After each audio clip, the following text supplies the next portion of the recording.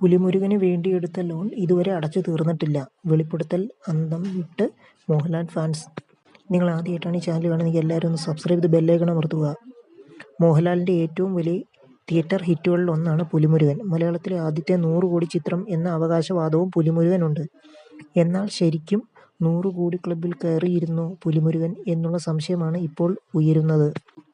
Pulimurugan cinema നിർമ്മാണത്തിന് finance ചെയ്ത Tomichan തച്ചങ്കരിയുടെ വെളിപ്പെടുത്തലാണ് social മീഡിയയിൽ വലിയ ചർച്ചയായിരിക്കുന്നത്. പുലിമുരുകന് വേണ്ടി നിർമ്മാതാവ് എടുത്ത ലോൺ ഇതുവരെ അടച്ചു തീർന്നിട്ടില്ല എന്നാണ് ജനം ടിവിക്ക് നൽകിയ അഭിമുഖത്തിൽ തച്ചങ്കരി പറഞ്ഞു. സിനിമകളുടെ കളക്ഷൻ സംബന്ധിച്ച് കണക്ക് നിരത്തുന്നത് ആരാണോ അവരുടെ ലാഭനഷ്ടങ്ങൾക്കനുസരിച്ച് കണക്ക് മാറ്റിക്കാണിക്കുമെന്നാണ് ടോമിൻ തച്ചങ്കരി പറയുന്നു. പുലിമുരുകൻ ഞാൻ ഫൈനാൻസ് ചെയ്ത പടമാണ്. അത് എത്ര വലിയ ഹിറ്റ് ആണെന്നാണ് എല്ലാവരും പറഞ്ഞത്. അതിന് KFCയിൽ നിന്നെടുത്ത ലോൺ ഇതുവരെ അടച്ചിട്ടില്ല.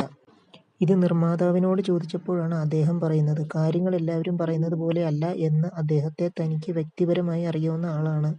പുള്ളിയുടെ കാര്യം വലിയ ബുദ്ധിമുട്ടിലാണ്. അദ്ദേഹം ആ സമയത്ത് പ്രൊജക്റ്റ് ചെയ്ത ഒരു ചിത്രമുണ്ട്. സിനിമ വലിയ ലാഭമാണെന്ന് അദ്ദേഹം പറഞ്ഞു.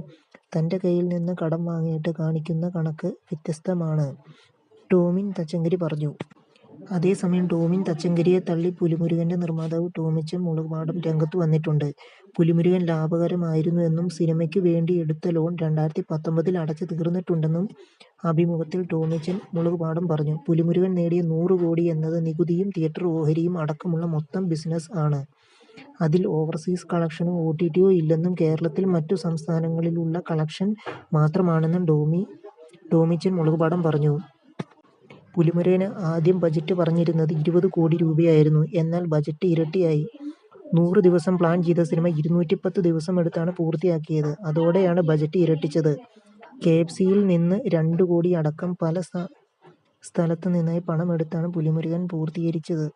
താൻ ലോൺ എടുക്കുന്ന സമയത്ത് ടോമിൻ തച്ചങ്കരി KFCയുടെ തലപ്പത്ത് വന്നിട്ടില്ല. ഒരു പൈസ പോലും അടച്ചു തീർക്കാൻ ബാക്കിയില്ല. 3 കോടി നികുതി അടച്ചിട്ടുണ്ട്. ലാഭം ഇല്ലെങ്കിൽ നികുതി അടയ്ക്കേണ്ട ആവശ്യം ഇല്ലല്ലോ എന്നും ടോമിച്ചൻ മുളകുപാടം പറഞ്ഞു.